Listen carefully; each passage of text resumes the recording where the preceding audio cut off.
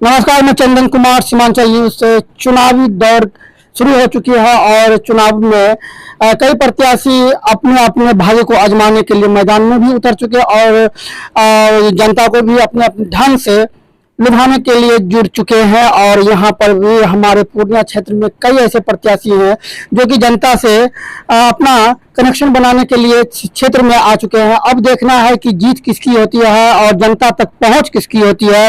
और ऐसा भी देखा गया है कि जिसकी पहुंच जनता तक होती है, जनता उसे ही अपनी सर आंखों पर पहुंचाती है। तो ऐसे ही मामलों के लिए मैं यहाँ पर त्रिभुवन जी जो कि बरहरा कोठी के प्रखंड छात्र अध्यक्ष हैं और मैं उनसे बात करूंगा, लेकिन उनसे पहले मैं बता दूं त्रिभुवन बाबू जाप के कार्यकर्ता हैं और एक सजग कार्यकर्ता है जिन्होंने जाप के लिए कई भूमिका भी निभाए हैं और प्रत्याशियों और यहाँ तक कि जनता के प्रति अपनी लोक लुभावने वादे न करके और कई काम भी किए हैं जिस तरह से उनके नेताजी काम करते हैं। और उनकी पहुंच सिर्फ बड़े बड़े लोगों तक नहीं बल्कि गरीब तबके के जितने भी व्यक्ति हैं, जितने भी असहाय लोग हैं, जो भी पूर्णिया में सहायता के लिए गिड़गिड़ा रहे हैं और नेताजी उन तक पहुंच रहे हैं। और नेताजी की यह खासियत भी रह चुकी है जिनका नाम है पप्पू यादव जी। और पप्पू यादव जी यहाँ तक कि पूर्णिया जो कि उनका कर्म भूमि और जन्मभूमि भी रह चुका है, लेकिन कुछ समय के लिए यह इस क्षेत्र को छोड़ चुके थे। अब देखना है कि जनता इन्हें कहां तक अपनी सर आंखों पर बैठाती है, कहां तक अपने हाथ में लेती है। अब इन्हीं सब मुद्दों पर मैं यहाँ पर चर्चा करने के लिए त्रिभुवन बाबू के पास आया हूँ। तो मैं यहाँ पर जानूंगा त्रिभुवन जी इस विषय में क्या कहते हैं। हमारे चैनल में आपका बहुत बहुत स्वागत है। सबसे आपका चैनल को धन्यवाद देना चाहता हूँ। सर, मैं ये कहना चाहता हूँ कि नेताजी का एक नारा है, एक बूथ 25 यूथ, आखिरकार ये क्या है?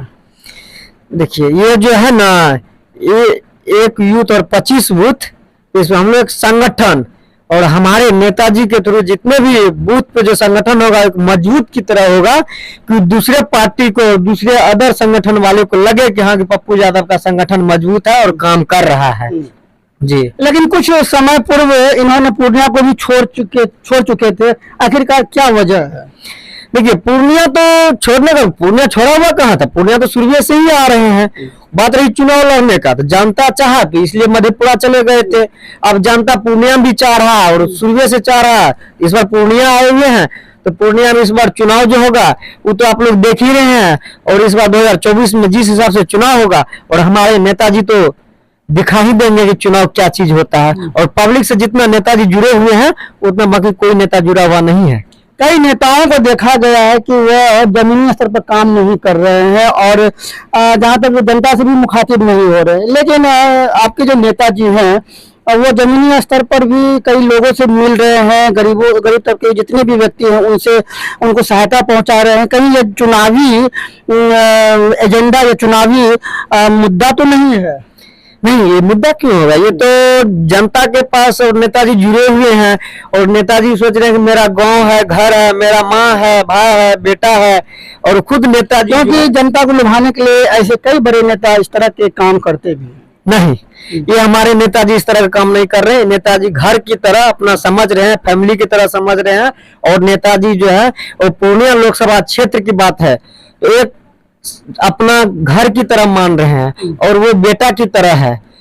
इसलिए नेताजी 2024 के चुनाव को लेकर मधेपुरा में जो कार्यकर्ता बहुत बड़ा सम्मेलन हुआ था और नेताजी बोले हुए थे कि धनतेरस के दिन आप प्रत्येक झाड़ू खरीद लीजिएगा जरूर। बिल्कुल वही हुआ है और पूर्णिया लोकसभा में भी वही हुआ है, झाड़ू खरीदा है। तो नेताजी को भी अपना चल में रखा है बांध के कि हमारे घर का बेटा है। और इस बार बात रही चुनाव, तो नेताजी इस बार चुनाव लड़ेगा, जीतेगा, ये तो फाइनल है।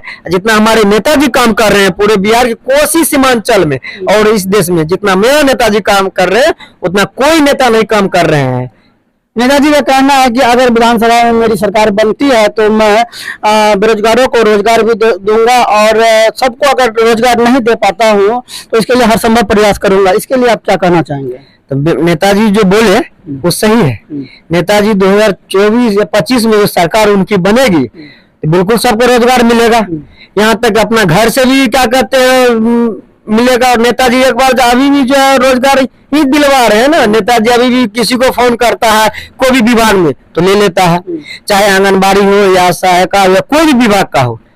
तब आप बरहरा कोठी से हैं और बरहरा कोठी में कई समस्याएं भी आपके हैं पंचायत को लेकर ही, क्या नेताजी इन सब समस्याओं पर कभी आवाज उठाए हैं? हाँ बिल्कुल उठाए हैं। नेताजी पंचायत का पूरा लोकसभा क्षेत्र का पंचायत का आवाज उठा रहे हैं, पूरा आदर का।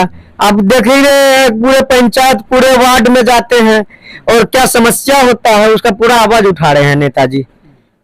तो क्या लगता है कि इस बार के 2024 के लोकसभा चुनाव में नेताजी को पूर्णिया से कहां तक सपोर्ट मिलने वाला? आप तो कार्यकर्ता, एक सजग कार्यकर्ता भी रह चुके हैं और कई लोगों के बीच में जाकर संवेदनाएं भी प्रकट करते हैं और कई गरीब तबके के जितने भी व्यक्ति हैं, मैं आपकी बड़ाई नहीं कर रहा, आपको देखा गया है कि वहां पर भी आपने मदद भी पहुंचाई है। तो क्या लगता है कि इस बार के चुनाव में जनता इनके साथ कहां तक रहेगी?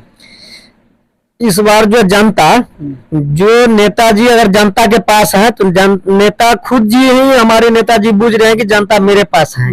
और बात रही चुनाव के बारे में तो सबको है कि इस बार पूर्णिया से ही नेताजी को चुनाव में जिताना है, क्योंकि यहाँ से लेके सदन तक में आवाज उठाएंगे और लोकसभा तक में आवाज उठाएंगे। तो गठबंधन में तो इन्हें नहीं लिया जा रहा है, फिर नेताजी की प्रतिक्रिया क्या होगी? देखिए गठबंधन में ले अन्यथा नहीं ले, नेताजी को इस बार पूर्णिया से चुनाव लड़ना है और नेताजी गठबंधन मेरा ही नेताजी गठबंधन है और जनता तय कर लिया है।